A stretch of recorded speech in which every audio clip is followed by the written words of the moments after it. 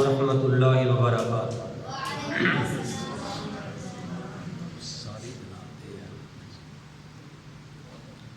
ٹھیک، ان الحمد للہ نحمده ونستعینه ونستغفره ونعوذ باللہ من شرور انفسنا ومن سیئات اعمالنا،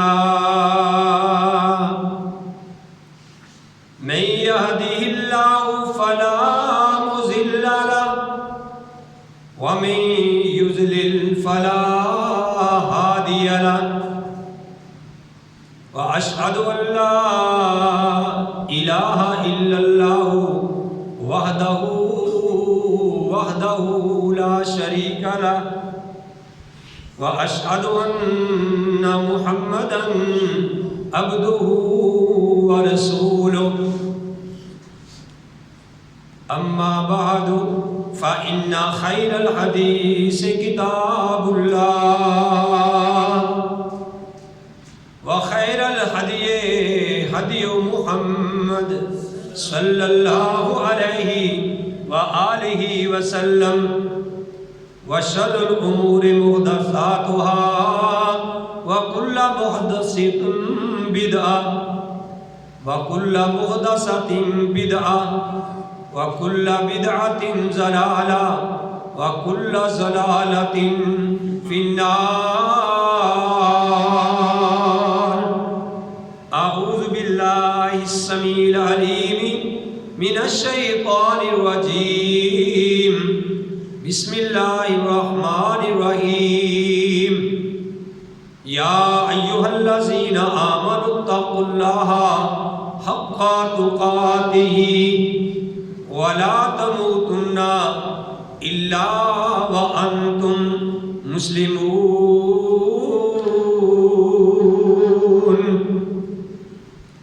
قال الله تبارك وتعالى في سورة بني إسرائيل، سبحان الذي أسرى بعبده ليلا من المسجد الحرام إلى المسجد الأقصى الذي باركنا حوله لنريه من آياتنا إنه هو السميع البصير۔ پاک ہے وہ ذات، سبحان ہے وہ ذات جو لے گئی اپنے بندے کو رات کے ہی کچھ حصے میں مسجد حرام سے لے کے مسجد اقصی تک، تاکہ دکھائے اس کو اپنی نشانیاں، اور بے شک اللہ تعالی وہ سننے والا بھی ہے اور جاننے والا بھی ہے۔ محمد کی جس دل میں الفت نہ ہوگی، سمجھ لو کہ قسمت میں جنت نہ ہوگی۔ بھٹکتا رہا ہے بھٹکتا رہے گا، محمد سے جس کو عقیدت نہ ہوگی۔ حضرات، ہر قسم کی حمد و ثنا اللہ وحدہ لا شریک کی ذات پاک کے لیے، وہ اللہ جو ساری کائنات کا خالق، مالک اور رازق ہے، وہ اللہ ہمیشہ سے ہے اور ہمیشہ ہی رہے گا۔ میرے بھائیوں، میں بغیر تمہید کے بعد شروع کرنے لگا ہوں۔ اللہ احکم الحاکمین سے دعا ہے کہ جو میں آپ کے سامنے اللہ کا قرآن پیش کروں، پیارے نبی کا فرمان پیش کروں، اللہ مجھے بھی اور آپ سب کو بھی صحیح معنوں میں اس پہ عمل کرنے کی توفیق نصیب فرمائے۔ جس طرح کہ آپ کے علم میں ہے کہ پچھلے جمعۃ المبارک کے اندر آپ بھائیوں کے سامنے پیارے نبی کریم صلی اللہ علیہ وسلم کی معراج کا تذکرہ کیا گیا تھا اور یہ بات بتلائی تھی کہ آپ کو جب معراج کروائی گئی تو آپ کی دعوت کس مرحلہ پہ تھی، یعنی آپ کو کس وجہ سے اللہ حکم الحاکمین نے معراج کروایا؟ کیوں جی یہی تھا۔ وقت بڑا قلیل ہے میرے بھائیوں، سمجھنے کی کوشش کرنا۔ میں معراج کا خلاصہ آپ بھائیوں کے سامنے بیان کرنے لگا ہوں۔ ویسے تو اگر یہ بیان کیا جائے تو اس کے لیے کئی خطبات کی ضرورت ہے۔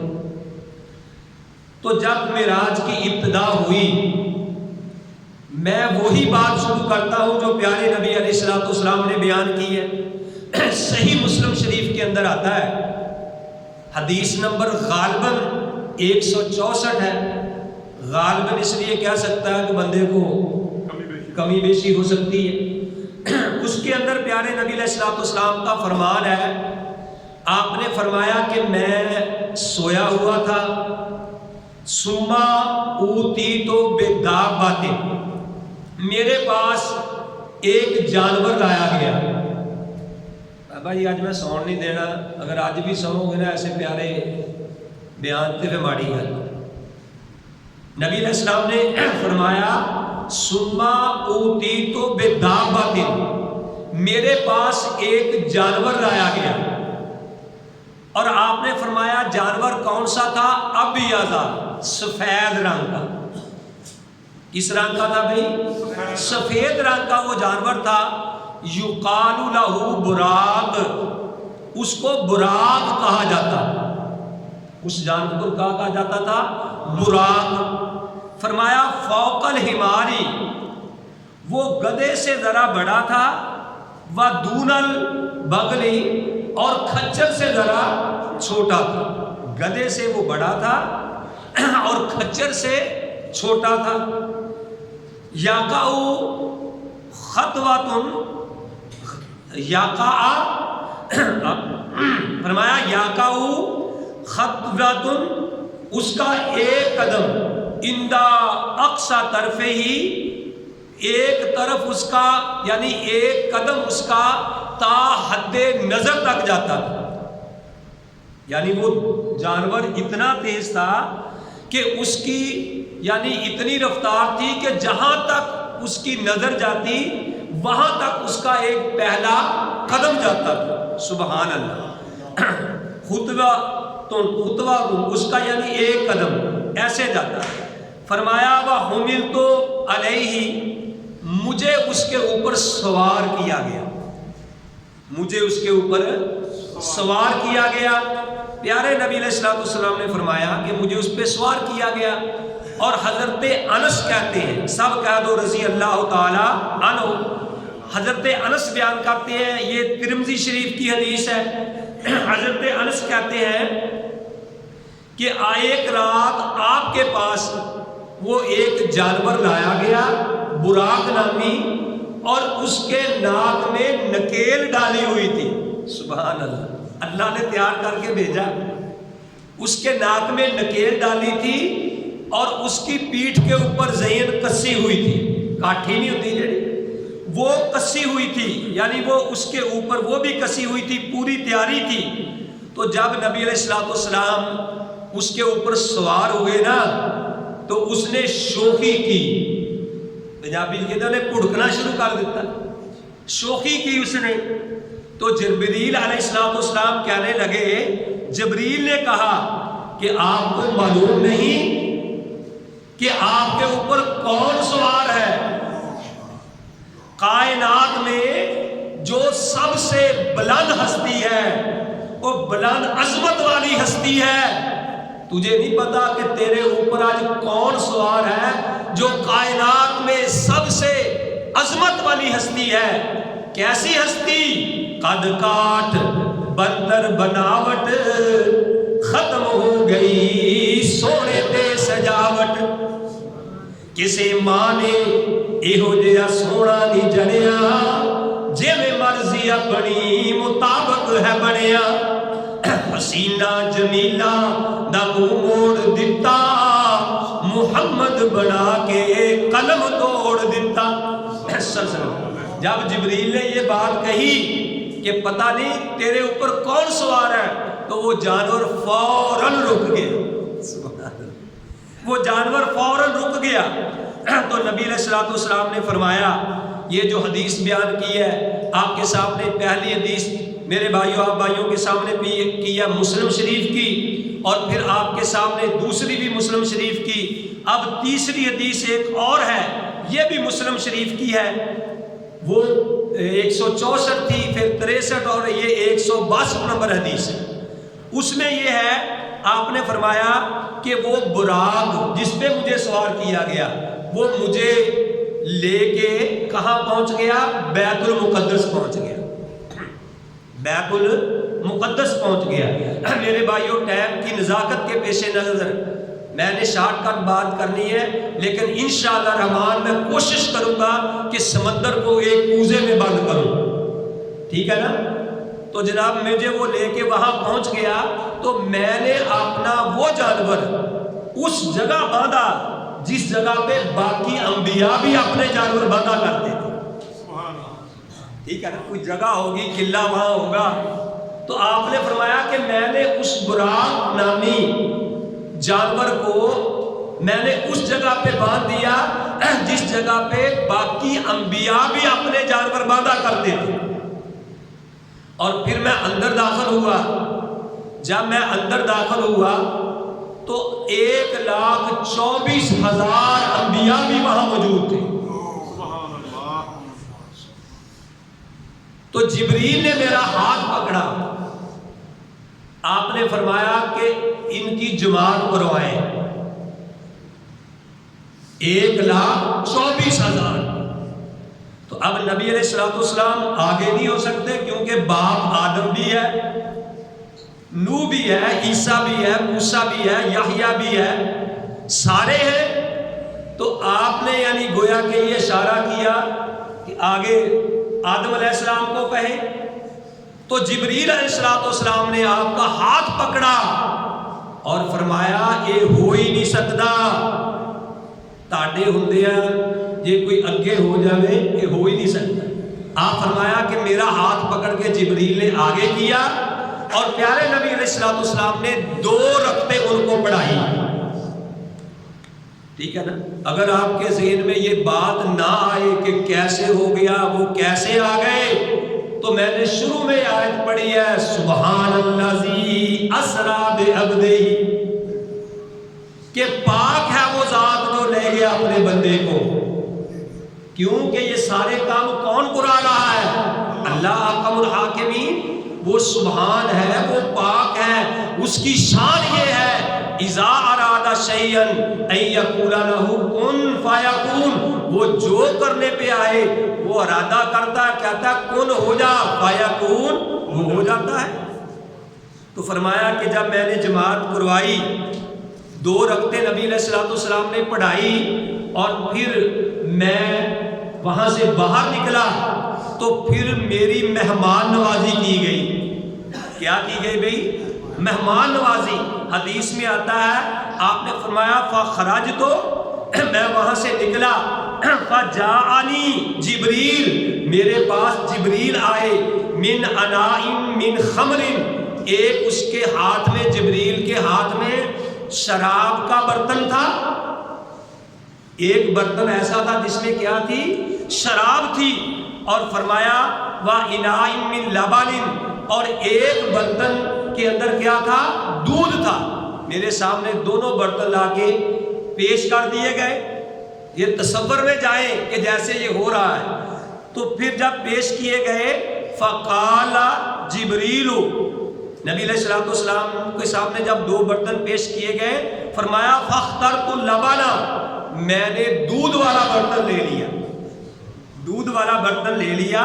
فقال جبریل اخترت الفطرۃ, فرمایا جبریل نے یا رسول اللہ آپ نے فطرت پہ کام کیا ہے جو اصل میں ہونا چاہیے تھا. اگر آپ وہ شراب والا برتن لے لیتے آپ کی ساری امت گمراہ ہو جاتی. نبی علیہ السلام نے وہ کام کیا جو فطرت والا کام تھا. آپ نے وہ دودھ والا پیالہ پکڑا. یہ بھی میرے بھائیوں مسلم شریف کے اندر حدیث موجود ہے. پھر نبی علیہ الصلوۃ والسلام نے فرمایا کہ پھر جبرائیل چل پڑے اور آپ مجھے پہلے آسمان پہ لے گئے. ٹھیک ہے. اور ایک دوسری روایت میں ہے نبی علیہ الصلوۃ والسلام نے فرمایا کہ جبرائیل نے میرا ہاتھ پکڑا مجھے آسمانوں پہ لے گئے. ایک اور روایت میں یہ ہے کہ اورجا بھی میرے لیے ایک سیڑھی لائی گئی، میرے لیے ایک سیڑھی لائی گئی. تو یہ بھی سمجھنے والی آج کے دور میں مشکل بات نہیں ہے. بڑی بڑی سیڑھیاں ان کو فولڈ کر دیا جاتا ہے. ٹھیک ہے نا جی. ایک سیڑھی لگائی گئی تو میں جبریل کے ساتھ وہاں پہلے آسمان پہ گیا. جبریل علیہ السلام کے ساتھ کہاں گیا بھائی؟ پہلے آسمان پہ پہنچا تو جبریل نے جا کے دروازہ کھٹکھڑایا.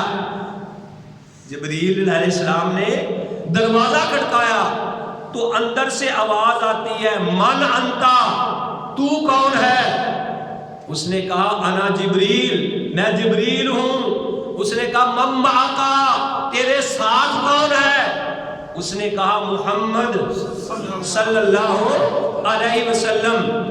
تو جب یہ کہا کہ محمد صلی اللہ علیہ وسلم، اس نے کہا کہ الحمدللہ، یعنی پنجابی میں تذکرہ کسی نے اس طریقے سے کیا ہے کہ مینوں حکم ہویا سی کہ جنت دا دروازہ کھولی کوئی نہ، اور جدوں آ جاوے کھولن والیاں دیر لائی کوئی نہ. فرمایا جب کہ محمد ہے تو اس نے اہلاً و سہلاً کہا تو وہ اندر نبی علیہ الصلوۃ والسلام چلے گئے. تو میرے بھائیوں ذرا بات غور سے سنیں. سلام دعا ہوئی، چلے گئے. تو جب آپ پہلے آسمان پہ پہنچے تو وہاں آدم علیہ الصلوۃ والسلام کے ساتھ ملاقات ہوئی. انہوں نے اہلاً و سہلاً کہا، سلام کہا، پوچھا آپ کون ہے. جب جبریل نے بتایا کہ یہ محمد ہے صلی اللہ علیہ وسلم تو آدم علیہ الصلوۃ والسلام بڑے خوش ہوئے. جب دوسرے آسمان پہ پہنچے تو وہاں یحییٰ اور عیسیٰ علیہ الصلوۃ والسلام تھے، ان کے ساتھ بھی سلام دعا ہوئی، سلام علیک ہوئی. تو نبی علیہ الصلوۃ والسلام پھر جبریل آپ کو لے کے تیسرے آسمان پہ چلے گئے. وہاں بھی جا کے دستخط دی، کیونکہ 7 آسمان ہے. جتنا یہاں سے لے کے پہلے آسمان تک فاصلہ ہے اتنا ہی دوسرے سے لے کے تیسرے تک، پھر تیسرے سے لے کے چوتھے تک، اسی طرح ہی میرے بھائیوں 7 آسمان. تو جب دوسرے آسمان پہ پہنچے تو پھر یحییٰ اور عیسیٰ علیہ السلام کے ساتھ ملاقات ہوئی. جب تیسرے آسمان پہ پہنچے تو وہاں یوسف علیہ السلام کے ساتھ ملاقات ہوئی. اور جب چوتھے آسمان پہ پہنچے تو ادریس علیہ السلام کے ساتھ ملاقات ہوئی. اور میرے بھائیوں اسی طرح جب 5ویں آسمان پہ پہنچے تو ہارون علیہ السلام کے ساتھ ملاقات ہوئی. اور جب 6ٹھے آسمان پہ پہنچے تو وہاں موسیٰ علیہ السلام کے ساتھ ملاقات ہوئی. اور جب 7ویں آسمان پہ پہنچے تو وہاں ابراہیم علیہ السلام کے ساتھ ملاقات ہوئی. ابراہیم علیہ السلام حدیث میں آتا ہے کہ ابراہیم 7ویں آسمان پہ یعنی بیت المعمور پہ کے ساتھ ٹیک لگا کے بیٹھے ہوئے تھے. بیت المعمور کیا ہے؟ وہ فرشتوں کا کعبہ ہے، فرشتوں کا کعبہ ہے. 70,000 فرشتے روزانہ اس گھر کا طواف کرتے ہیں. جس طرح بیت اللہ کے ارد گرد حاجی کرتے ہیں، اللہ تعالی ہم سب کو وہ حج زیارت نصیب فرمائے، بیت اللہ کا طواف نصیب فرمائے. وہ 70,000 روزانہ فرشتے طواف کرتے ہیں. نبی علیہ السلام نے فرمایا کہ جس فرشتے نے ایک بار طواف کر لیا قیامت تک دوبارہ اس کی باری نہیں آئی. اتنے فرشتے ہیں. تو کہتے ہیں کہ ابراہیم علیہ السلام ملے، سلام دعا ہوئی تو عارف ہوا. تو پھر ابراہیم علیہ السلام نے کہا کہ یا رسول اللہ، اے محمد صلی اللہ علیہ وسلم، آپ دنیا میں جانا اور میری امت کو میرا سلام کہنا اور ان کو پیغام دے دینا کہ جنت کی مٹی بڑی خوشبودار ہے، کستوری سے زیادہ خوشبودار ہے، اور وہ مٹی جو ہے بڑی زرخیز ہے. جیڑی چیز بیجیے فوراً اٹھ پیندی ہے. میری اپنی امت نو جا کے کہنا کہ بھئی آپ ایسا کرنا کہ اس جنت کی مٹی بڑی زرخیز ہے، بڑی نرم ہے، تو اس میں زیادہ سے زیادہ پودے لگائیں. اس میں زیادہ سے زیادہ یعنی بیج بوئے، فرمایا بیج کیا ہے، پودے کیا ہے، سبحان اللہ والحمد للہ ولا الہ الا اللہ واللہ اکبر۔ آپ سبحان اللہ کہتے جائیں، جنت میں ایک پودا لگتا جائے گا، ایک پودا جنت میں لگتا جائے گا۔ اور میرے بھائیو حدیث میں آتا ہے، ایک روایت میں غالباً 40 سال ہے، ایک روایت میں 60 سال ہے، کہ اس ایک پودے کا سایہ اتنا لمبا ہوگا کہ بندہ 40 یا 60 سال گھوڑا دوڑا کے جائے تو سایہ ختم نہیں ہوگا۔ آپ اندازہ کیجئے اللہ کی جنت کا، اللہ کے آگے کوئی مشکل بات نہیں۔ یہ نہ کہنا کہ اتنی جنت کس طرح ہو سکتی ہے، بھی اللہ کے آگے کیا مشکل ہے؟ اللہ کے آگے تو کوئی مشکل نہیں ہے۔ آج کا کوئی جج ہو، آج کا کوئی بڑا افسر ہو، 2 مربع ان کو لاٹ کر دیتی ہے حکومت، آپ کے سامنے ہی ہے سارا کچھ۔ اگر آج کا ایک ادنا سا بندہ 2 4 5 مربع میں رہ سکتا ہے تو میرے اللہ کے آگے کیا بات ہے؟ اللہ اتنی زمین کر سکتا ہے۔ تو اس لیے بھائیو کوشش کیا کرو، کہا کرو سبحان اللہ، الحمدللہ، اللہ اکبر، لا الہ الا اللہ، لا حول ولا قوت الا باللہ۔ فرمایا کہ یہ لگا۔ اور پھر میرے بھائیو نبی علیہ السلام نے فرمایا کہ اس کے بعد میں سدرۃ المنتہا پہ پہنچ گیا۔ کہاں پہنچ گیا؟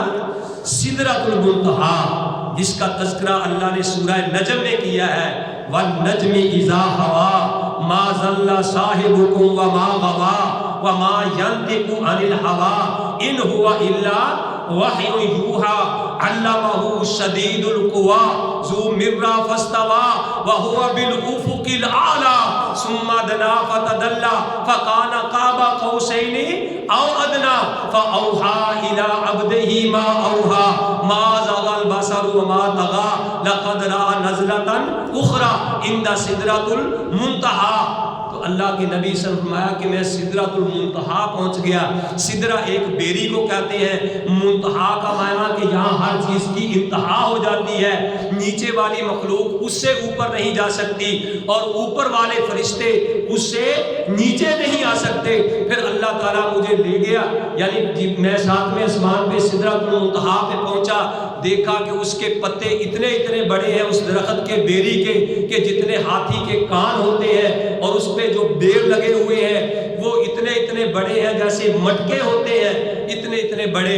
اور پھر میں گیا، میں نے دیکھا کہ وہاں فرشتوں کے لکھنے کی قلموں کے ساتھ جو احکامات لکھ رہے ہیں کہ فلاں کو یہ دینا ہے، فلاں کو یہ دینا ہے، فلاں کے لیے اتنا مال، فلاں کے لیے اتنا رزق، فلاں کو یہ دینا ہے، وہ فرشتوں کے لکھنے کی میں نے قلموں کی آوازیں سن لی۔ ٹھیک ہے۔ اور پھر میرے بھائیوں مجھے جنت کی سیر جب کروائی گئی تو میں ایک جگہ پہ دیکھا، ایک ایسی وادی میں مجھے جبریل لے کے گئے کہ وہاں سے ایسی خوشبو آ رہی ہے کہ میں نے کبھی ایسی خوشبو دیکھی نہیں۔ سبحان اللہ۔ میرے بھائیو جنت کا جو گارا ہے وہ کستوری کا ہے، ایک اینٹ سونے کی ہے، ایک اینٹ چاندی کی ہے۔ نبی علیہ السلام نے فرمایا کہ جنت ایسی ہے کہ اگر ایک کوڑا، یہ جو میرے پاس ہے نا یہ ڈنڈا پکڑا ہوا، یہ بھی کیوں پکڑا جاتا ہے کہ نبی علیہ السلام کی یہ سنت ہے۔ میں نے ایک بندہ کی گل کری صاحب بڈھے ہو گئے ہو ڈنڈا پکڑ لیا، میں کہا نہیں، اس لیے نہیں، اس لیے پکڑا ہے کہ یہ میرے پیارے نبی کی سنت ہے کہ آپ نبی علیہ السلام ڈنڈا پکڑ کے پھر خطبہ دیا کرتے تھے۔ تو یہ میرا یہ ڈنڈا ہاتھ میں پکڑا ہوا یہ تو بڑا ہے، چلو اتنا ہی لگا لو۔ ایک کوڑا اگر زمین پہ یعنی پھینک دیا جائے تو جتنی ایک کوڑے میں جگہ، آپ دیکھو کس نے کتنی جگہ گھیرنی ہے، ٹھیک ہے نا۔ ایک یہ ڈنڈا جتنی جگہ گھیرے گا، جنت کی اتنی جگہ، ساری دنیا مل جائے، ساری دنیا کی دولتیں مل کر بھی پوری دنیا اور ایک کوڑے کی جتنی جگہ ہے اس کا بھی بدلہ نہیں دے سکتی۔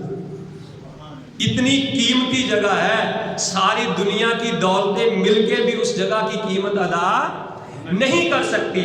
تو نبی علیہ السلام کہتے کہ میں دیکھا کہ خوشبو آ رہی ہے.